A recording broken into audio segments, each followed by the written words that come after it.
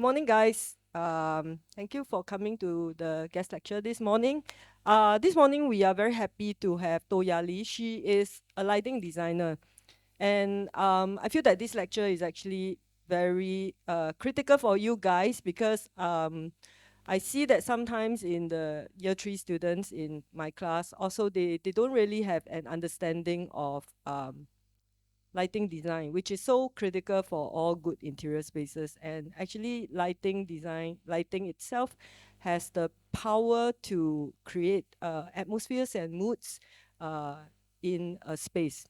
So I hope that after this session, y'all will be more inspired to look into some lighting design to include in your design project. Okay, so now I'm going to give you a short introduction of Yah Li. Uh, Toh Yan Li is the principal of Light Collab. She is also shortlisted as Designer of the Year for the Singapore President's Design Awards 2018 and 2020. Named as the top 40 under 40 lighting designers by Lighting Design Awards 2019 and received numerous awards such as the LIT Awards, IES Illumination Awards, and 37th IALD Lighting Design Award. Yah Li is also a Generation T honoree for LIST 2019, one of the 20 Future Shapers honoree by the Peak magazine in 2019, and recipient of the Skills Future Fellowship Award 2019. So with this, I'm going to pass big round of applause for Yah Li first, please. Yeah. Okay. And I'm going to pass the mic to her. Okay, thanks, Kelly, for inviting me to be here. Do the people at the side want to move here? I'm gonna share interesting visuals. Do the people at the side want to move here? Okay, yeah. Okay. Okay. I'm a lighting designer. Has anybody heard of lighting design in the first place? Yes, no, you can be very honest. If you have heard of lighting design or you have met a lighting designer, maybe you want to raise your hands. Okay, one, two, okay. Wow. Okay, so the interesting part about lighting, right, is that it's very magical. I love working with the medium of light because good lighting disappears. Bad lighting, you only notice bad lighting. Yes? No? Yes. Okay. Okay, so just a little bit of background about myself. Um, when I was much younger, okay, about 20 years ago, so I wanted to be an architect. Yeah. So I was very mesmerized by all these amazing projects and photos that you see in books and magazines.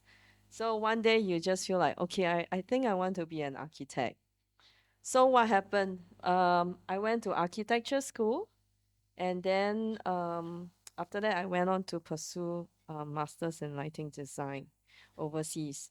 Okay, why did I decide to do that? There's actually a story because after NUS, after studying architecture, what happened was I was in probably not the type of a company that I wanted to be, and I think it changed my life forever. I was everyone was very concerned about maximizing area so that the client can sell everything like this. So nobody was really talking about the experience of spaces, okay, creating like this kind of spaces. Okay, nobody was really talking about it. So then I decided that maybe I think I should really specialize in lighting design. So that's why the departure. As a lighting designer, it gave me a lot of opportunities. I became a world traveler, and it allows me to see different shades of myself and the world actually. And I was thinking as a lighting designer, how can I possibly create an impact in this world that what I'm doing? And being a lighting designer, I love the job, but sometimes it involves standing on very dangerous grounds. I will explain as I share the projects later on. Okay. And then also taking a lot of risks. Okay. Which I will share more during the process. Okay. And the good thing about lighting design is, we can actually make things bigger than they are. And as a lighting designer, it's not just about illumination, but it's also telling a story. So this complicated thing called lighting design, is it an art? Okay. Are we an artist? Okay, sometimes I question myself as well.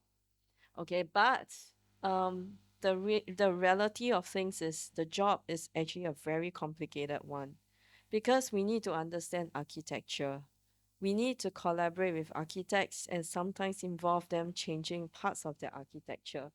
We also need to collaborate with interior designers to make the interior design even better with the interaction of light. We also need to understand science and physics because we need to understand the laws of light. Okay. And then I'm sure you have heard also how light actually affects health, right? And sleep. So all these things, are really complicated and people didn't really think about this medium that we are talking about. And I'm sure you have also heard like lighting in the space, like retail shop can actually boost sales patterns, encourage sales. And have you ever wondered why, like Starbucks, you tend to linger in Starbucks longer than McDonald's? Okay.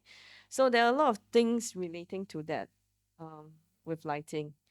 And then we need to account for the usage of money, like why some lights are so expensive, some lights are so cheap, why can't we get them from Taobao, everything, okay? And the most important quality we need to have is to be a psychic. Okay, why? Because people will tell us like they need spaces to be moody, to be soft. I don't really understand what they mean by a space to be soft or to be moody. I can probably think about how they describe it, in terms of, images or verbally, but I need to be a psychic to really understand what they are trying to communicate before I can actually come up with a good lighting design for them. So this very complicated job, right, is actually called lighting design. Okay. So we also go on continuing to create landmarks in the world.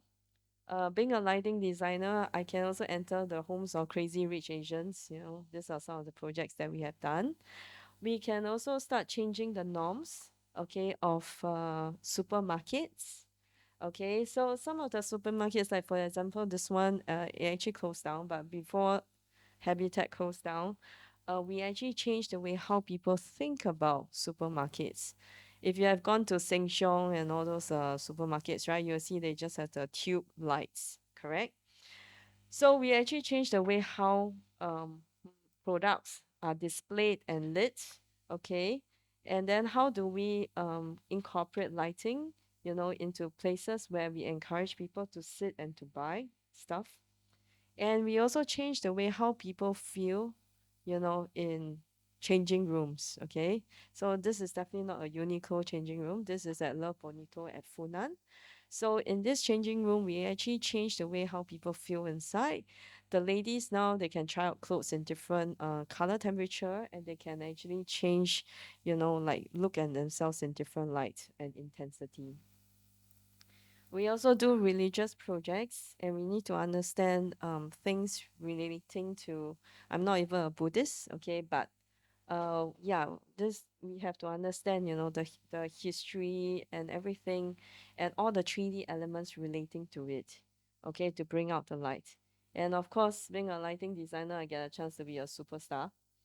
Okay, so saying that, I'm the founder of Light Collab.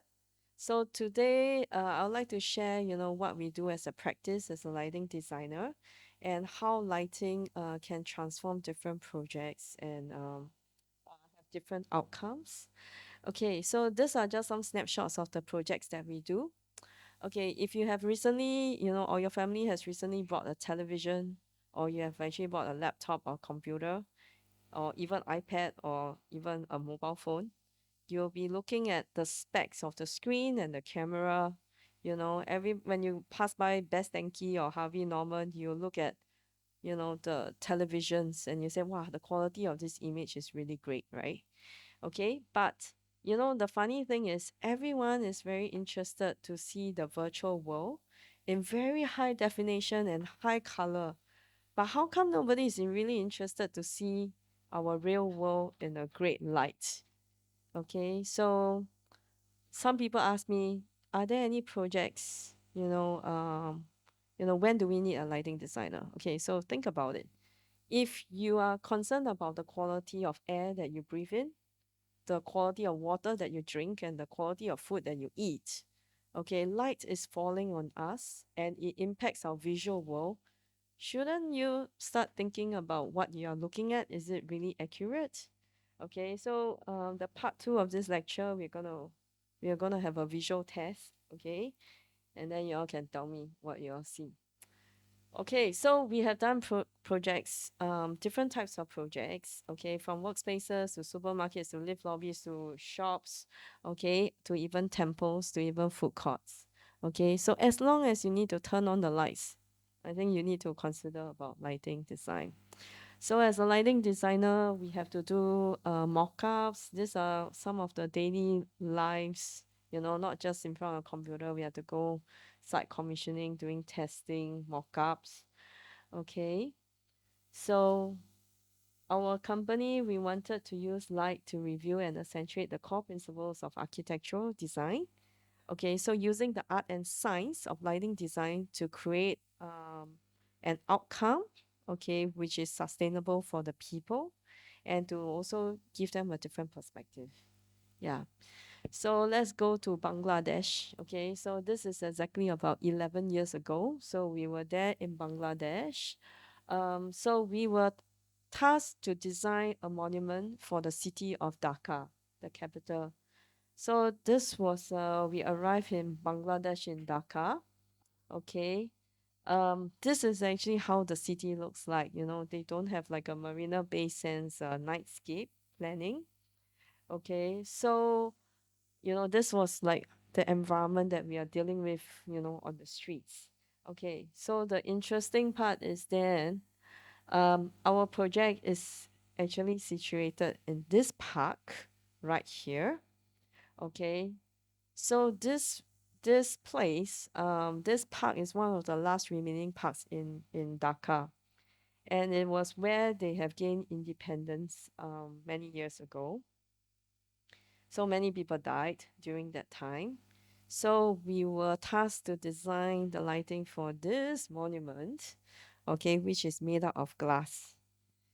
Okay, so compared to a lot of projects that we have done, right? Okay, so we look at this. Okay, it's not very big. It's only 4.5 meters by 4.5 meters. It's only 45 meters tall. But the challenge that is this red square there. Okay, is situated in the middle of the park. Okay, and the city was what you saw earlier on. And the brief to us by the government is that they want this tower to be seen from 30 kilometers from around the city center. So we're like, huh? Oh, it's only 45 meters tall. How are we gonna do that? Okay. And the best part is it's made out of glass. It's made out of glass. Okay, I'm sure all of us have studied science before. Okay, so it's gonna be made out of clear glass. That's the next challenge, clear glass. And the architect and the government wants us to glow, to make this glass tower glow. And then they don't want to see the structure inside. How is that even possible? Okay, that is okay, like how are we gonna do that? Okay, so luckily for us we have a small little mock-up right here. Okay, so when we try to do like computer simulations, it failed us completely. Okay, so we try to light it up from inside, and then they say no, inside we'll see the structure, so we have to light it up from the outside. And there's a certain angle like light will pass through the clear glass. So we need it to actually catch the surface of the stacked glass. And the amazing part about the stacked glass is the glass was stacked horizontally. The surface will actually, glitter, okay? And it will start to glow. So we only have a specific angle to work with, okay? So we thought very hard about this. Okay, so these are all the ministers there.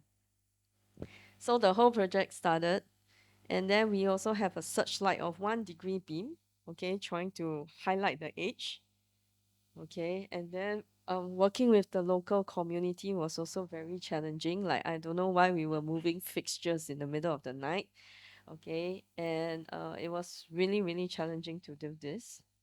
Okay, so this is the end product, okay, in clear glass. So you can see the searchlight actually going beyond the 45 meters tall of this. And we probably have like 200 over fixtures right at the bottom of the tower, okay, illuminating the facade.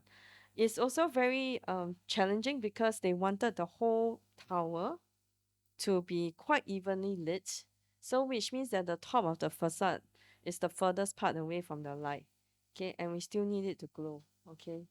So the interesting about this was that the computer simulation couldn't pick up that with the internal reflection of the glass, you get this kind of a glittering effect.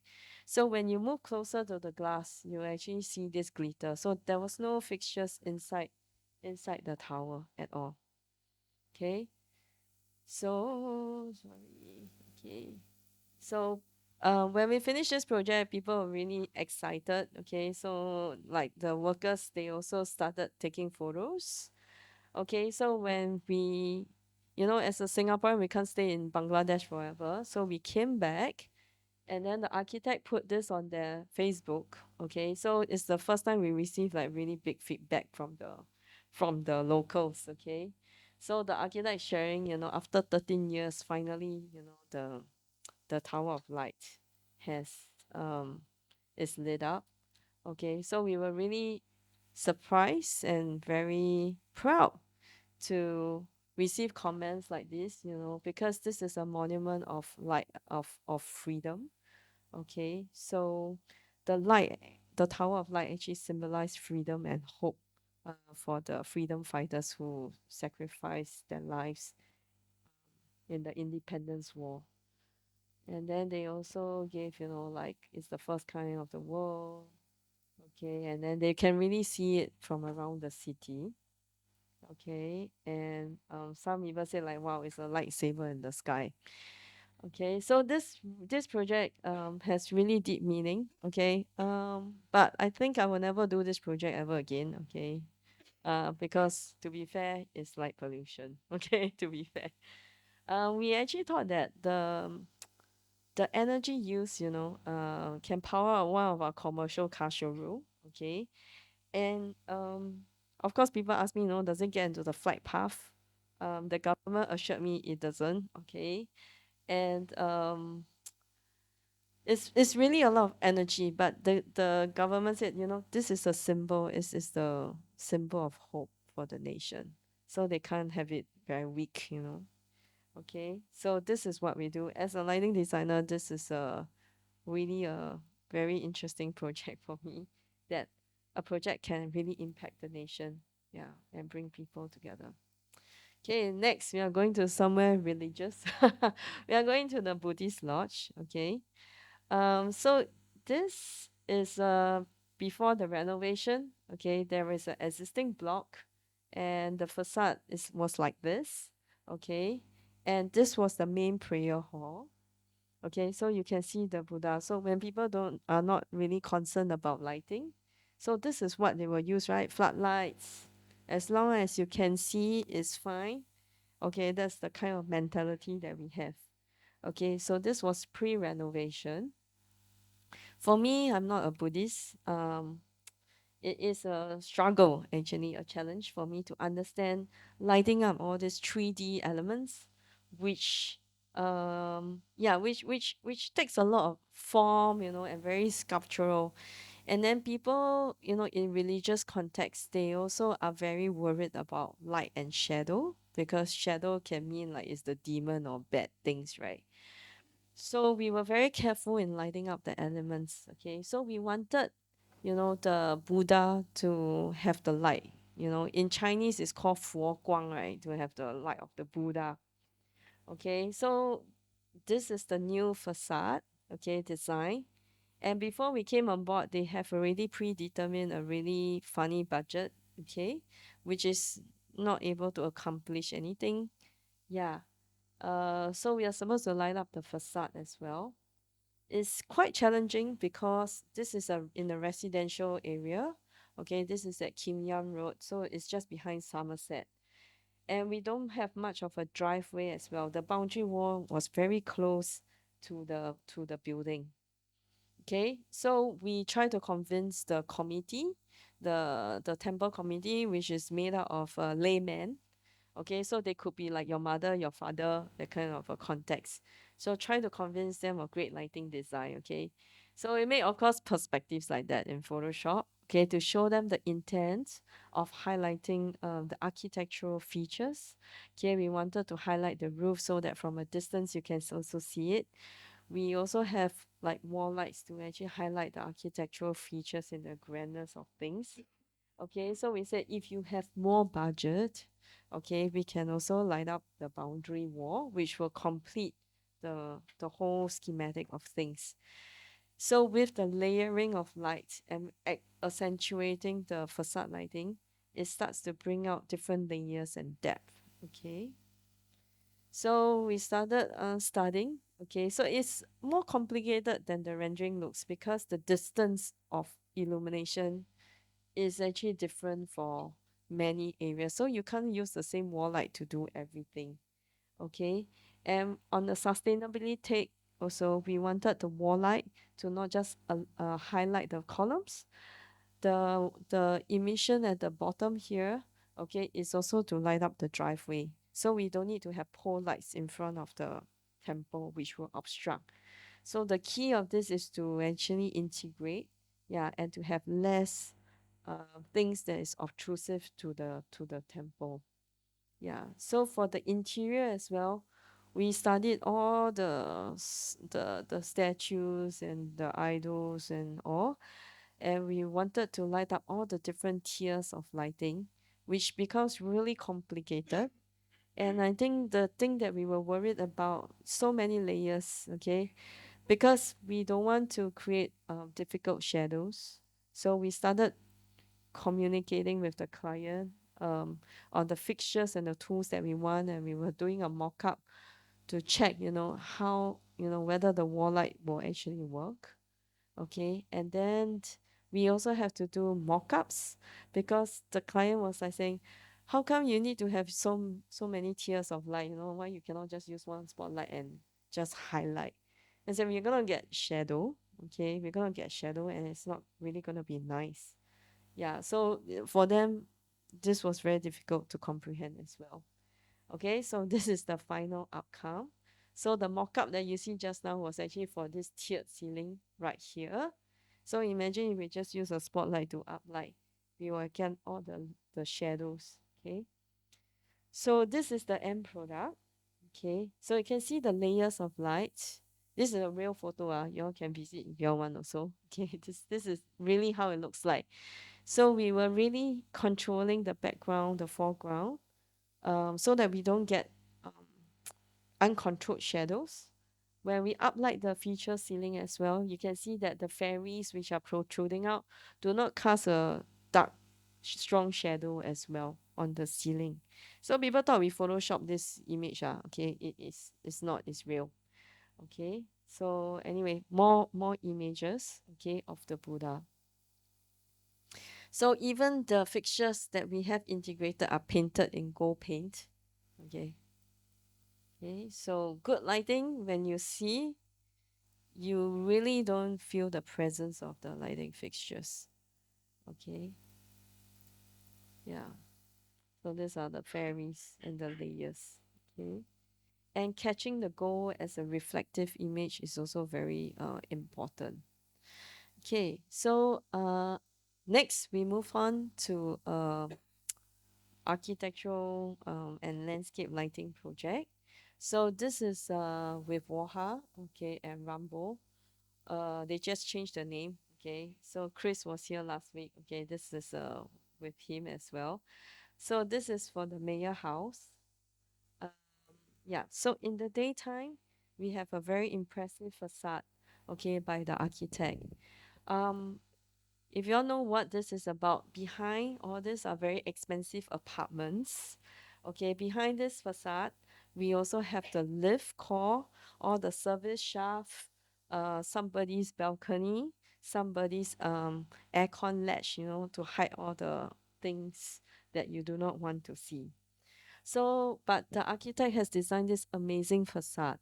Okay. And before we came on board, they have been trying very hard to convince the client that they need to light up this facade. But the client was really hesitant because there are so many floors or apartments. If they get complaints, what's going to happen? And how do they control the lighting, to be even? Okay. And who's going to pay for the energy? Yeah. So we are caught in between when we came on board because the client say no, the architect say please do something about it. Yeah. So we started thinking about the whole context of the project uh, with the architect and the landscape architect. So the building is actually next to a neighborhood park. So the neighborhood park had really terrible lighting. Okay, but the architect and the developer, they wanted this park to be an extension of the estate, so that people from the estate, when they look out, it feels like it's part of the garden. So they actually wanted to pay for the lighting here as well. Okay, so we are changing the lights out. So when we go through the landscape, it's not just about lighting every element. Okay, for these trees, okay, I'm sure Chris will have better names for it. I cannot remember what it's called. Okay, plant names is like no for me. But we try to light up one side so that when people see from inside and when they see from the pool side, it's very different. So we are trying to catch the three-dimensional quality of the trees, okay, and the landscape. So for the drop off in the basement, okay, now you see this is the rendering. Okay, later I'll show you the actual image. Okay, this is the rendering. They have a very expensive rock there. Okay, and then they want to completely light up this drop off with indirect lighting. That means the cove light in the ceiling. Okay, so we also wanted to work. The architect also have a vision that lighting also plays as an important role for wayfinding. This is in the basement behind their car parks. Okay, but we wanted to light up the architectural feature, the walls, and so that people can walk around this reflective pool. Okay. And the car park, people are spending so much money, buying an apartment, and nobody really cares about car park lighting. So the architect and we all tried to convince the developer, like, since it's so premium, let's make the lighting disappear. Why should we use tube lights? Okay, let's make the lighting disappear, and then let's focus on the entry, into the lift lobbies. So you can see behind that every door, right? It's actually a private lift lobby to the apartment. So we have many lift. Okay, behind that. Okay, nobody has a shared lift, okay. Okay, so the journey begins. We started thinking about integration of detail with the architect, and then we were thinking like, how can we make the swimming pool lighting disappear as well? How can we integrate everything into the architecture as much as possible? Yeah, so this is the end product. Okay, so behind this facade, we have at least 10 different configurations and different spacing, of the thing. So it was really very challenging to maintain quite even lighting. We also have a staircase, exposed staircase behind the wall as well. Okay, then this is the landscape. Okay, so you can compare the rendering and now. So we integrated the strip light into the swimming pool. So when you're swimming, right, you don't get glared by the lights, okay, from the side. And then we also light up the trees, and then we integrated the lighting for the curbs. Yeah, okay, into the landscape and the shrubs. Handrail lighting integrated as well. This is the basement. These are actual photos, okay, where we have the cove and they're highlighting the walls. The basement car park also became a very different change, from a conventional car park that you entered into. And this is the view. Okay, so with lighting, it's important to create comfortable contrast. Okay, because if you want everything, just like food, right? If you want everything to be like bland, okay, then there is no contrast. You cannot taste the flavors. So it's the same as lighting. You need to have darkness. You need to embrace darkness, certain areas with darkness, certain areas with brightness. Then you can create certain, drama in it. Yeah. If you want to just have an even space, evenly lit space, then you cannot play out the drama that you want. Okay, so this was the car park. Okay, wait, go back. Wrong. Okay. So this is the actual image of the drop-off lobby, the drop-off. Okay. So a lighting design execution is not photoshopping the effects or just specifying the lights, but is to achieve the vision and the concept that we want with the architects, with the landscape architects and the interior designers, and probably to make it also different. Okay, so another project which is also one of my favorites, which is Eastern Brand Experience Center.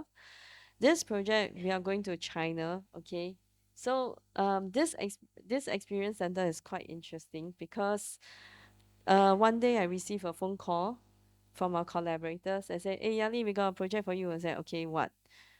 It's for eraser factory. I said, huh? Eraser factory? Really?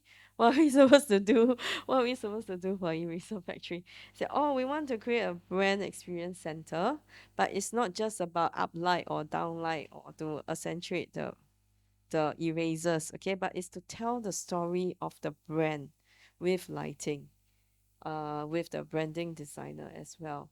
So the next week we receive gifts from the client, which are all these erasers that we receive in the office. Okay, so like, oh no, what are we gonna do with all the fishes, right? So like, what can lighting design do for them? Okay, so that is the mind-boggling part. So we also visited the factory. This was in 2016, 2017, before the pandemic. We visited the factory in China. We also try to understand how they make the erasers. Okay, I've never been to an eraser factory before that. Okay, so we were very intrigued by luminous things, like the orange and the blue erasers that can glow in the dark kind. And we were very, excited about this. So then here comes, okay, so the client's company name is called Eaton. So you can read Chinese, right? This is the company's name. Okay, so the whole branding story was, erasers, things that you can erase and things that you cannot erase. So there is always the black line of the pencil, and then you erase it with the eraser. So there is this story of the white versus the black, and hope versus negativity. Okay, so we want to erase like bad mistakes, like bad stuff, pressure, bad memories. We want to actually retain, we want to keep good memories and stuff. So which is the white stuff. Okay, so this tunnel has two directions. When you move forward, it's towards light and hope, okay, which is the white. And then of course the designer also made all the graphics and the story. So once you enter without lighting, okay, um, okay, we have actually created three artworks. So this is the one on the right and one on the left. Okay, so without light, it was conceptualized to look like they are floating blocks. Okay, so when the lights are turned on, it gives you a different message. So the artwork on the right is actually the shadow is formed, okay, with the name of the company called Yizhen. Okay, and then the one on the left is called Speckles of Light, which is done using the colored erasers. So we didn't use any colored lighting here. Okay, so it started with the box of erasers we received. We did a mock-up. Okay, then we try to size it up. Okay, and then we try to make it happen on the wall. So the factory actually made the blocks for us. So we created the light and shadow for this. Okay, it's really tough because any imperfection 1 mm off, right, the shadow is not clean. Okay, the shadow is not clean. So the factory has to make sure the cutting is very straight. So we also did mock-ups, okay, with this, okay. we asked them to make bigger blocks of color erasers. Okay, and then we tried to place the blocks in a configuration so that we do not see the light source. Okay, so this was our test. What is the distance away from the light? How can we get the reflected light from the erasers? Okay, so we started with like a couple of SketchUp models to understand the density of all these things. Yeah, and then we made it happen. And the last that we artwork that we did with the designer, okay, they wanted to have the pendants in white and black. And when you look from bottom up, right, you can see the name of the company, Eaton again. So the size was predetermined. It's only 40 mm, okay, a square of 40 mm, and we have to squeeze a very tiny light to make it glow, okay, internally within. So it was quite difficult. Actually, the lighting design is not a difficult part. The installer had a great time trying to satay all the lights inside. Yeah, that was the greatest challenge. Okay. So next we are going to another project, okay, which is also with Chris from last week. Okay, so in this case, okay, you can already see our journey, like lighting design. Um, yes, you can light up a space beautifully. Okay, you challenge, with the materials. Okay, you can make it as a light art. Okay, then the next step that we are going is how can we bring this hotel alive? And light here is so important because it's gonna the life of the plants will depend on the lighting concept that we are gonna have. Okay, so we are going to this hotel called Park Royal Collection Marina Bay. So before the rebranding, it was called Marina Mandarin. Okay, the hotel is very old. Okay, it's by John Sportsman, and it was built in 1986. So I'm sure all of you are not born here except for the lecturers. Okay, yeah. So this hotel 1986 built, and it's like 38 years old now. So in this very amazing atrium, this was what was pre-renovation. We have a metallic sculpture that is spanning across the entire atrium, and it's really beautiful, but it's lost in this space. Okay, and when you look from top down into this atrium, this was what you see at the time before renovation. Okay, and this was the lighting mood before renovation. Okay, so it was very challenging because we have a very tall atrium, and what are we gonna do with it? Okay, the really cool part is before we came on board, they asked us to quote for the lighting design fees. So we look at the plan, we didn't think anything was difficult, okay? Until when we came on board, then we saw the renderings. This was the initial renderings by the interior designer, the architect. And in this very large atrium, it's very easy to Photoshop plants, okay? But plants are living creatures. So, how are we going to sustain their lives? That is one thing. And we notice there's not much daylight inside this atrium that is able to help to sustain the life of these plants. Okay, so easy to Photoshop in, easy to put the sketch up, but they are living creatures. Okay, so with the landscape designer, it became really important to understand that we have this new client, which are the trees, and there are 2,000 over different species of plants here that we need to understand. So how, then what are we going to do here, as a lighting designer?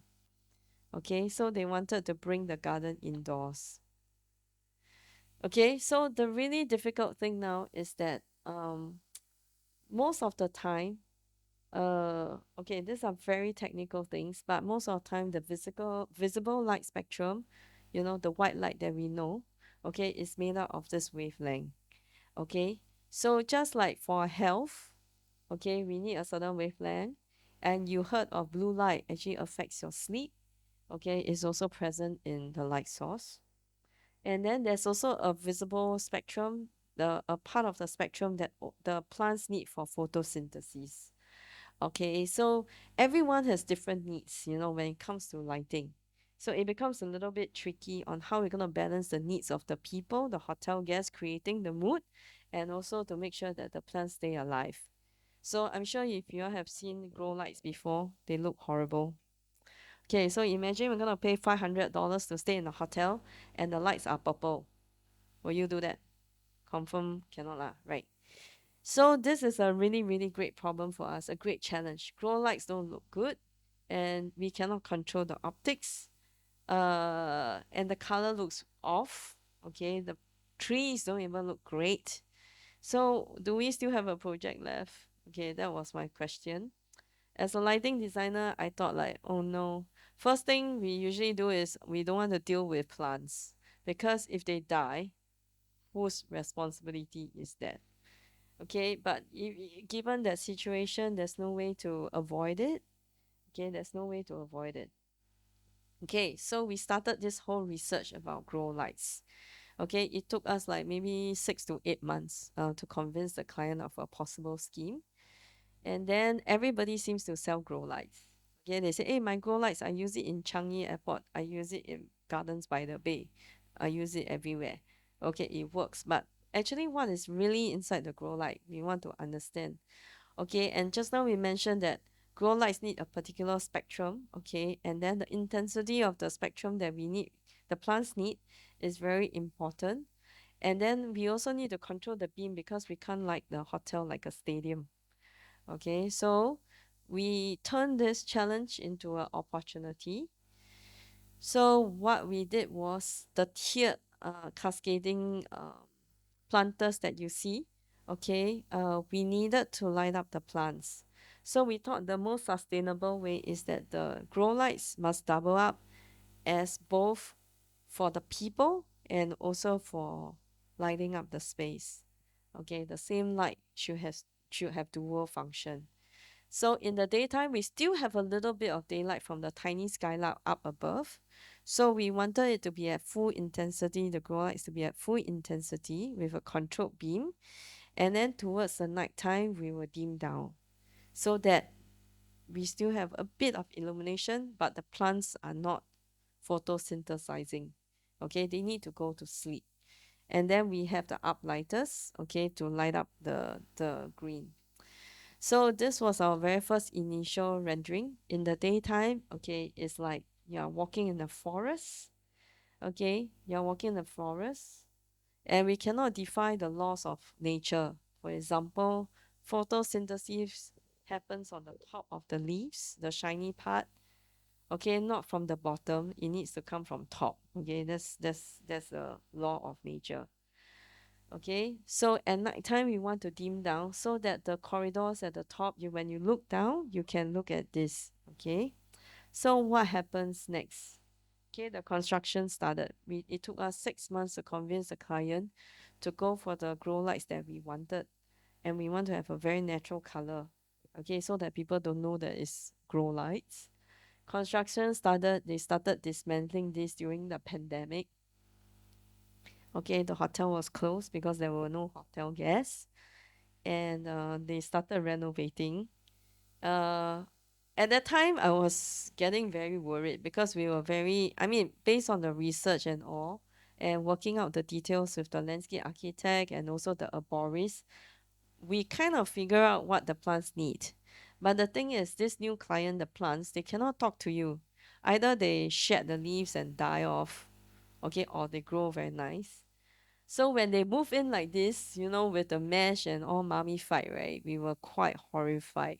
Like how many days they have been. So most of the time they come from Malaysia, then they have been wrapped like that, deprived of daylight and water for some time.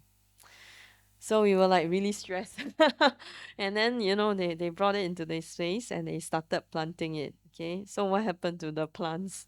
Will they survive? Okay, finally they are all planted. Okay, so this was in 2020 when the plants have settled in. Okay, so very anxious, very anxious. Like, will they survive? Okay, will the lighting scheme actually work? Okay, so we started observing them. We learn during this process, it's very engaging because we often go back and talk to the arborists, okay, because these guys also are maintaining the plants. So one of the things that we learn that to understand is that plants not just need light, they die for different reasons, okay? They need light, they need water. Sometimes they also get bugs on them, so they might die because of different reasons. And because this is an enclosed space, construction dust that lies on the top of the leaves can also affect the amount of photosynthesis they will have as well. Okay, and then they told us also one important thing. If the plants do not usually flower, but they suddenly start to flower, the trees start to flower, don't be too happy because they might be calling for emergency help. They are saying SOS, SOS, okay? So there are a lot of things that we learn about nature as well. Okay. And these are the other spaces where we integrated architectural lighting into the lift lobby. So what happened to the plants? Was it a happy ending? Okay, let's see. Okay, so this was when when the project just finished. Okay. Okay, so this was then in 2021. Okay, so let's look again. So 2020, okay, 2021. Okay, so the trees, they are still alive. That's good. And you can see the shiny leaves, they have started to grow as well. Okay, so this was also in 2020. So you can still see the ground is still quite barren. The trees are really small. Okay, so in 2020, and then this is in 2020. Okay, then in 2021, they already started to grow. Okay, after 8 months.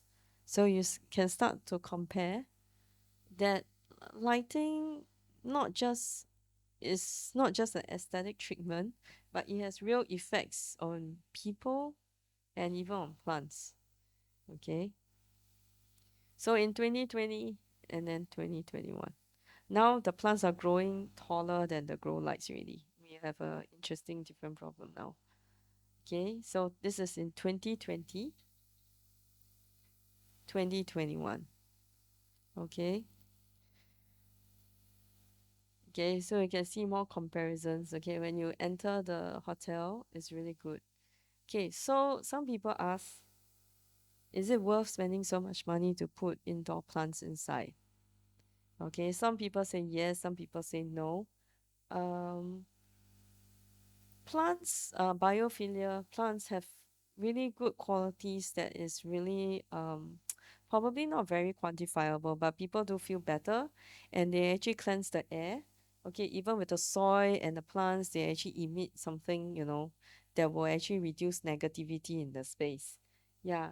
So plants, indoor plants have already shown that they have quite a lot of benefits, okay, to reducing stress and bring calmness to the space. Okay, so there are quite a lot of benefits. It's just that, of course, if you do that when you don't have much daylight, you end up spending more energy. Okay, so guys, start thinking, First rule is try to plan it when you have more daylight. If you have really no daylight, then you need to think about a good sustainable. So some of the grow lights that we study, okay, if we didn't use this fixture, okay, which cost a bomb, but if we use another brand, we need to end up using 20 times more the fixtures and probably 10 times more the energy that we need. Okay, so sometimes a more expensive fixture, okay, but you still get a better outcome and you can bring the energy to the lowest, okay, then it's more sustainable. And these are really grow lights, but you can see the green is very nice. So most people don't even know that they are grow lights. They thought that, it's a normal lighting. So the green wall that you saw in the initial ideation, the perspective from the ID, okay, this 30 meters green wall is really challenging, okay, because we want to try to conceal the grow lights and then they still need to reach the bottom. So one story about this, before the actual grow lights come in, we temporarily use another set of grow lights that didn't reach the bottom. So what happened was the green wall died every 4 days. Died every 4 days. Okay, it's that fast. Okay, died every 4 days. Okay, but now with the actual implementation, okay, the green wall is actually thriving. Okay, you don't believe what I say, you can go and see. Okay, go and take photos yourself. Okay, so the lushness, is very apparent. Okay, so there's one species there, they also start to flower. Okay, yeah, very interesting. Okay, so we as a lighting designer also we saw an opportunity in that space. Okay, the sculpture that was hanging in the atrium, in this tall atrium, also 38 years old, uh, by a Chicagoan sculptor. Okay, um, I don't have we didn't have any information about this sculpture, but we saw an opportunity, that this sculpture is reflective, so there's opportunity to do something interesting there. So you're thinking, can there be a dance of light with this sculpture? Can we make it come alive as a centerpiece, give it a new perspective? Yeah, so from the top, okay, this is the view from the top, okay, where you see from the atrium, from the guest room corridor looking down. Okay, so we found a music. Okay, one weekend, I was listening to music, to find a piece of music that I can use for the light art. And then we started thinking about creating a scenography, a choreography, for the sculpture. Yeah, so there are some moments, we can catch the mirror ball effect. And then from the bridge, okay, you can actually see the sculpture, okay, and then sometimes you see the light and shadows, sometimes you see the atrium being lit, okay, then you catch the reflective quality of the light. And we wanted the light also on the atrium space to actually come alive as part of the light show. Okay, so one of the last project that we are going to share today uh, has a very interesting relationship again with plants. So this is the Singapore Pavilion for World Expo. Not many people know this story because the media didn't talk much about it. Okay, so you guys have a great insight to the making of. Okay, so I'm not sure how much y'all know about the World Expo. Okay, it was delayed for 1 year because of the pandemic. Okay, so Singapore's take on sustainability. Okay, and the architect has this great vision. How can we bring a part of Singapore, our tropical gardens, to the desert? Oh my goodness. Okay, that is really a big challenge. So in the desert, okay, we are gonna bring our plants there. Okay, we're gonna show them that with planting, it's possible to change the control of microclimate. So the vision was not to have an air conditioned pavilion, okay, and then we have mist fans so that when people actually enter, the temperature indoor is 7 degrees, 5 to 7 degrees cooler than outside, which is really amazing. Really, really amazing. Okay, that is what nature can do. The uncomfortable part for the lighting designer is that this rendering looks good, but we actually have neighbors next door. And they are also going to affect the amount of daylight that we are going to have in the space. Okay, so we did the sun path with the landscape architect and also the architect. And then, we realized like throughout the day, how much daylight is going to enter the pavilion. So the pavilion is made out of 3 cones. So you can see some parts of it, the inside part. Some of the facing, we actually do not get much daylight. Okay, but the greenery is everywhere. So in order to reduce the energy consumption from grow lights, so um, the the solar cones, the pipes are also introduced to bring more daylight in, but it's also not sufficient. Okay, not sufficient. So we did a lot of simulation. Okay, so with this challenge, we started thinking about what we can do as a narrative for the whole story of the lighting concept. So we started thinking like in the daytime, white light, natural light, right? The spectrum that is needed for growth has been camouflaged by the daylight. So at night time, we want to bring out the spirit of the forest, okay, to create this pulsating heartbeat by elevating the spectrum of light that's needed for growth. Okay, so when people move around the pavilion and from the day to night transition, yeah, then the whole experience will start. Okay, so this is the day render. Okay, and then the three cones. Okay, we wanted to keep the pavilion pretty mm, quite dark. Okay, we wanted to guide the pathway up, okay, to the canopy walk and to highlight the sides of the cone.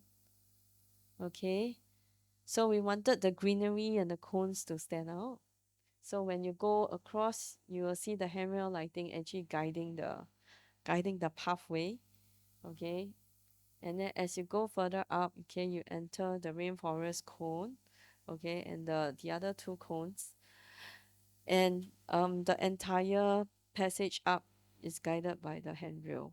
Okay, then the next you will enter the sky market, which is like the roof where events take place. Okay, so this is the scene that we want to create. Okay, the pulsating heartbeat. So we curated the colors. Okay, and if you have to take a photo, you can never get the same picture ever again because it's always on the animation by Don Richmond's music. Okay, and so this is from the initial concept renders. Okay, when we are up on the canopy walk, the pathway is lit by the handrail so that we try to keep the light really lighting up this. And then the glow lights double up also as a light show element, okay? So that we don't have lasers shooting up in the sky or whatnot. Every light becomes part of the light show. So they have dual functions, creating the pulsating heartbeat. Okay.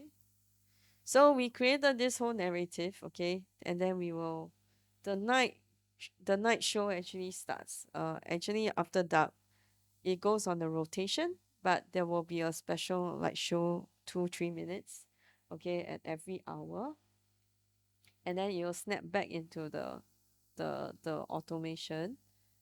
So this is the sectional renderings, okay, the three cones. So as people meander around, okay, during the night time, it starts to evolve, okay, with the different color palette, okay, to show the pulsating heartbeat of the forest.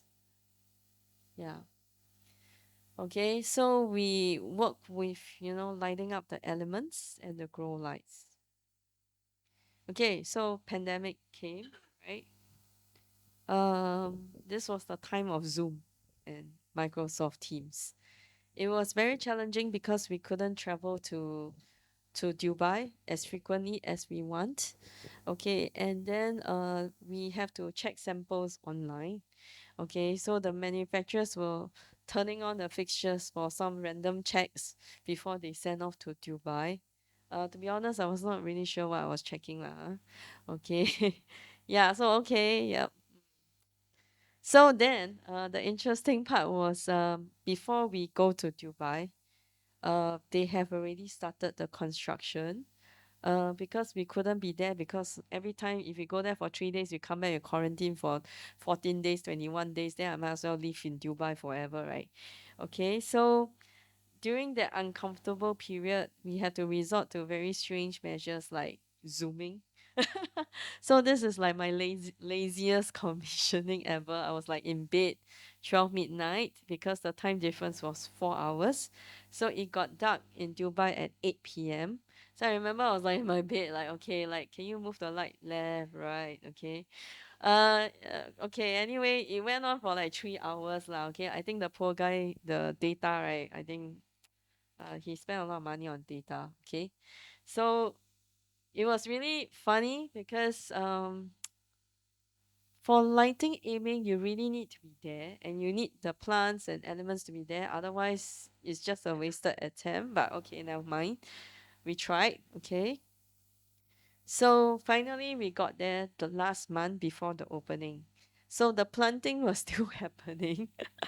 Okay, things are still shifting. Plants are still shifting. Plants like today here, tomorrow there. Okay, so we were like really shocked. And and then the client said, we need to check the lighting in 3 days. Uh-huh. Lighting in 3 days? Really? Okay, so everything was in a big mess. Okay. Everything was in a big mess. So we started working, okay, and we have to focus every single light. And then when the trees move, we also have to, hey, electrician, please move the lights as well. We have to aim. And you can see planting is still ongoing very late. Okay, they need the Spider-Man Spider-Man to plant the plants. Okay, so it was really difficult. This was in one of the cones, I was standing there. It was all very damp, okay? And dampness doesn't go well with COVID, right? Okay, so we have to wear a mask, okay, helmet, full PPE, and then the Spider-Man is doing this. Then one of my colleague is standing at the top of the cone, and then we have to communicate, no, left, left, right. Then we have to see from both angles. Okay, so it was like, really, really challenging. Yeah, for 30 days. Okay. Okay, finally the show is on. The show is on. And yeah, it was interesting. Okay, people were queuing up outside the pavilion. Okay, and then yeah, this is okay. Now let's not see the stop motion. So these are some of the images, actual images. We took this with our own camera because we don't have a camera person. Okay, this was I think 1 day before the opening. So we have to take our own photos. Okay, and you can see the colors and the spectrum and the glow lights. Okay, creating the scenography, and the mounting of the lights was really really challenging. Okay, and the handrail. And important to mention is the hanging gardens, which the architect call it. That was the most difficult to light because the garden is hanging. Okay, the garden is hanging, right? So definitely no light will reach there. So we really need to depend on grow lights. Okay. So these are some of the other photos of the experience. Okay. Every light was aimed to capture the three-dimensional quality of the cones and different parts of the pavilion. Okay. Yeah, so I was standing inside here. Yeah, then my colleague was standing there. Okay, so I had to crawl through a hole, I remember. Okay, so this was the numerous challenges that we face, as a lighting designer. One interesting fact also is like when the plants die, the first person they will accuse you. The first person they will accuse is sure it's a lighting problem. Okay, but hey, I asked the contractor. So before the opening, before we came, okay, they started planting in May and in June. That was like the hottest month in Dubai. Okay, it's like 50 degrees. Okay, so when things go wrong, they naturally assume is grow lights not enough. Okay, but I asked the contractor, can you take a look? And then he said, Yah Li, it's just too hot here, not enough water. They are drying up. I said, okay, right. So we replanted quite a bit. Yeah, it's tough. Okay, but luckily after September, the temperature is cooler. It's coming to winter, so it's starting to go down to 30 degrees, 20 degrees. So it started to get a whole lot better. Okay, so this was like the commissioning team. Okay, we had a lot of help during that time. The person who was on Zoom with me endlessly was this guy here. Okay, who tried to really help. Okay, so the thing about lighting design and the outcome of the whole project, it takes many hands to clap. Many hands. Okay. It takes the entire team to come together to create a successful project. First, there's a lot of negotiation, okay, and a discussion and brainstorm with the architect, with the landscape architect. And then we need the contractor to do their best as well. We need the electrician to run amazing wiring so that nothing everything is working perfectly during the commissioning. So for the lighting to really become great, nobody can actually make a mistake. Yeah, everything has to be really good. Okay. So with that, that is the end of my presentation, my sharing. Okay. So if you all have any questions, feel free to ask. Yeah. Okay, thanks a lot, Yah Li. So guys, I hope that you all enjoy the session. As you can see, lighting design is a completely different ball game altogether. But at the same time, it's important for you guys because in a lot of small projects, the client is not going to pay extra for lighting designer. So you have to have an understanding of it to be able to integrate. And on the other spectrum, also that if you are interested enough, you can always become a lighting designer because Yah Li hires interior designers, Short hire. architects, people like you, as a team. Yes, yes, So yes. it's a Mm. completely different form of design. And Yali has very nicely brought some samples today to show you guys to have a really touch it and look and feel. But before we go and look at the samples, do you guys have any questions? No questions. Or y'all fall asleep already. Yeah. What? Okay. No questions? Anybody inspired to be a lighting designer? No encouragement. Oh no, so sad. It's really fun. Oh, wow, got one hand. Oh, okay. Yeah, I thought you want to be a lighting designer. You have a question?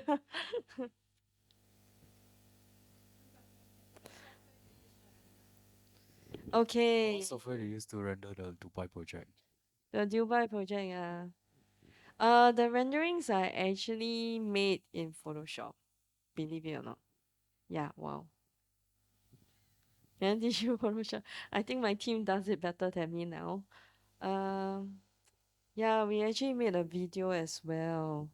So it's a lot of hard work, but what I can say is, when you guys are learning and going to be designers, it's not really about the tool. Mm. It's not about the AutoCAD or the Revit or something, but it's really about perseverance, concept, thinking, okay, and yeah, if you have a great idea and you want to achieve it, I think you can even sketch it out. It doesn't even need to be a render. So a tool is still a tool, okay, but it's really what you do with it. I think that makes sense lah.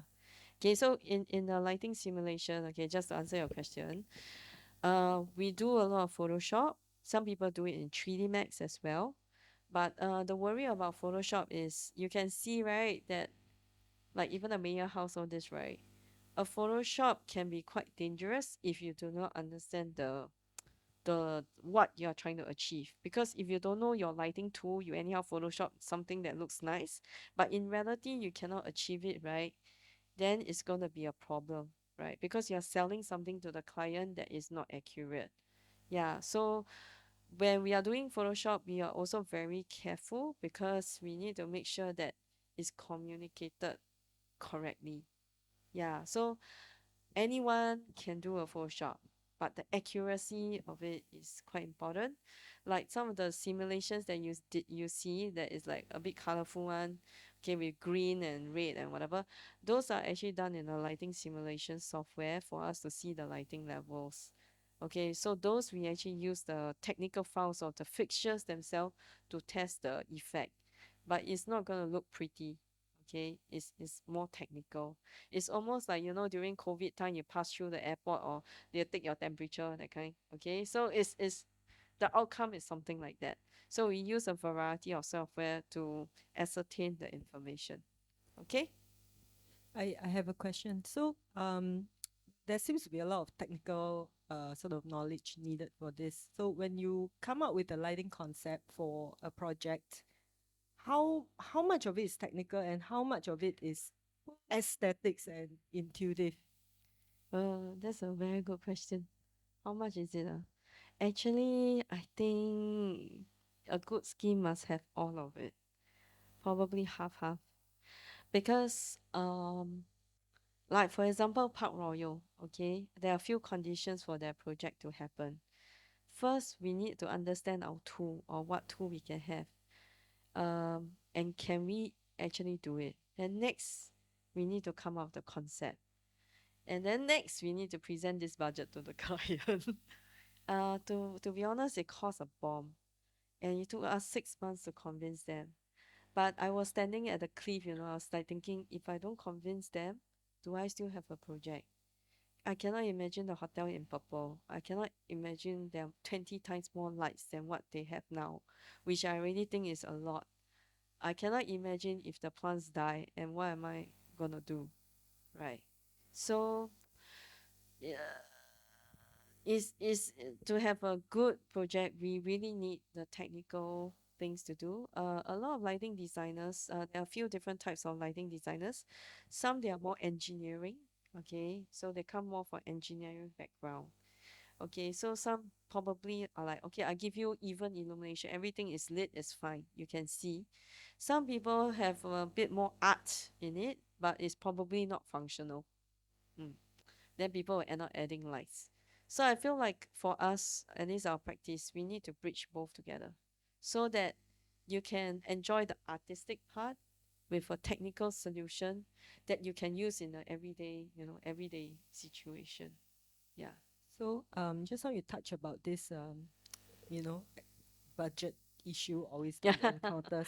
So how do you handle budgetary constraints while still achieving high quality lighting design? Oh. Okay, like for the temple, the Singapore Buddhist Lodge, right? Again, I was standing at the cliff. I tried to convince the client, okay, and they got the budget really low because the QS, the quantity surveyor, just gave a budget based on fluorescent tubes. So the client say, "What can you do if you keep to the budget?" I say, "Oh yeah, your main prayer hall will be a badminton court then." Then he looked at me. I said, "Yeah, I just give you the badminton court lighting, right?" Then I'm sure, yeah, we can do that. Okay. So it was really tough. I met the committee, which is outside my school. I met with them like 5 times. And imagine the committee members are like your mother, your father, your grandmother. Yeah, that kind of anyone off the streets that is like a part of the committee. I show them, oh, this color is very nice. They look at me, can see difference, man. So like how to communicate. It was really challenging, but first step is seeing is believing. Sometimes people still cannot see. Number two, luckily the chairperson asked me, what is then a reasonable budget? Okay. So I said, if you see the renderings and you like it, okay, and you tell me that when the people are praying, they need to kneel down and read the scriptures, they need a certain level of brightness, then I can tell you we need to up the budget by this amount. And they really up the budget by 4 times. Amazing. Amazing, right? At that point, I was standing at the cliff lah. I was prepared. Like if they don't say yes, I think I nothing to, no ingredients to cook food already. Then you want me to make Michelin star, so something like this. So it becomes really stressful. And then of course I try to speak sense to them and say, it's true, it's true. And then he said, yeah, who came up with this budget? So somebody else got shot lah. Okay. So in the end, we predicted the budget will go up like 5, 6 times. But after the tender and we evaluated some alternatives, good alternatives. So the overall budget was only increased 4 times lah, which is reasonable actually for the project of that size. Yeah. Another curious question. There are not so many lighting designers in Singapore. I mean, got big one lah, like Mm, LPA, that kind. Then small one, I think very few. So was it difficult for you to when you started out, and is it still difficult today? Wow, I'm gonna start crying. Is it the day to cry today? Okay. Is it difficult? Okay. So, um, I was very inspired by LPA. So, at that time there were only very few. 20 years ago, there were very few lighting design practices, less than 10. Maybe five thereabouts. But I really felt like I think this is something that I feel like I see, okay, maybe I see the light, right? Yeah, it's really tough. Till now, I think we have maybe 30 or 40 design practices. Yeah, but actually it is a very quite an established profession in the world. Yeah, in the world. So there are many lighting designers around the world. And one of the countries with the most lighting designers will be America. Okay, they have been very established over the last 50, 60 years. Yeah, where lighting design was born during the age of modernism. So if you all know Miss Van der Rohe, right? The Seagram building. Don't know whether you know what I'm talking about. But those classics, right? Yeah, that's when architectural lighting was also born at that time. When modernism came about. Yeah. So the industry, the profession is relatively still a young one if you compare it to other industries. Yeah, probably only about 50, 60 years old, but I think we have made a lot of headway. There are a lot of new trends. People started thinking about lighting for well-being. That's a really big topic. Now we are talking about protecting the dark sky and how does lighting actually affect our ecology and also our sleep patterns. It's not just us in the center of the universe anymore. It's also with everything else, to strike the balance. And there are a lot of things that we still don't know. I mean, 4 years ago, I didn't know that much about lighting for plants. Now we are researching into lighting for animals. Okay, 2 years back, we are talking about lighting for well-being. So there's so much that I feel I still don't know. Okay. And there's a lot of it's there's so much that we can learn from it that it impacts us so much. So I feel like lighting is like the superpower, the superhero. Okay. It really makes or breaks a space. You can have a very simple four walls, but if you have great lighting, it makes a whole lot of difference. Yeah. Another question is actually of late, light art Mm. has become quite popular, right? We have our night festival, I like Marina Bay, which is all about creating art with light. What's your take on that? Is Wow. it more difficult, easier, or because I think you also participated, right? In I think I like Marina Yeah. Bay. Um, okay, like artists, they have a different take on things. Yeah, because they primarily work on, it depends on how light artists they are. There are quite a number of light artists around the world. Okay, but there are some really working with light art. Okay, so they use the medium art of light to express a certain topic or to create something. For certain festivals, they are looking at more artists, lighting like artists, but using the medium of light. So that's a little bit different. So sometimes the light art that we see, like say in our festival in Singapore, some are really tailored to bring something with light. Some are just projections. So it depends on what is the topic they want to bring about. Yeah. So every artist they have their own concept lah. Yeah. But I don't want to say much, in case this gets out wrong. Okay, any questions from you guys? Don't ask me how much does the lighting designer get paid. Okay. I'm not gonna answer that. Okay, any questions? Okay. Okay, software.